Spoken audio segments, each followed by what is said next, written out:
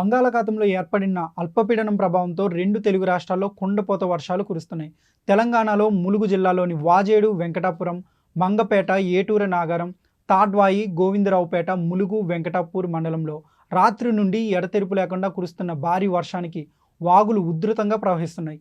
ఈదురుగాలులు, ఉరుములు, మెరుపులతో కూడిన భారీ వర్షం కురవడంతో జాతీయ రహదారిపై పలు చోట్ల చెట్లు విరిగిపడ్డాయి.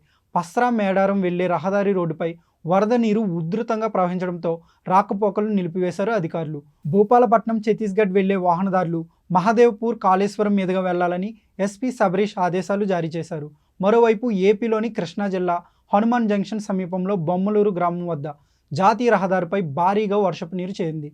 దీంతో వాహనాలు ఎక్కడికక్కడే నిలిచిపోయాయి. భారీగా ట్రాఫిక్ జామ్ ఏర్పడింది. ట్రాఫిక్ సమస్యను క్లియర్ చేసేందుకు పోలీసులు ప్రయత్నం చేస్తున్నారు.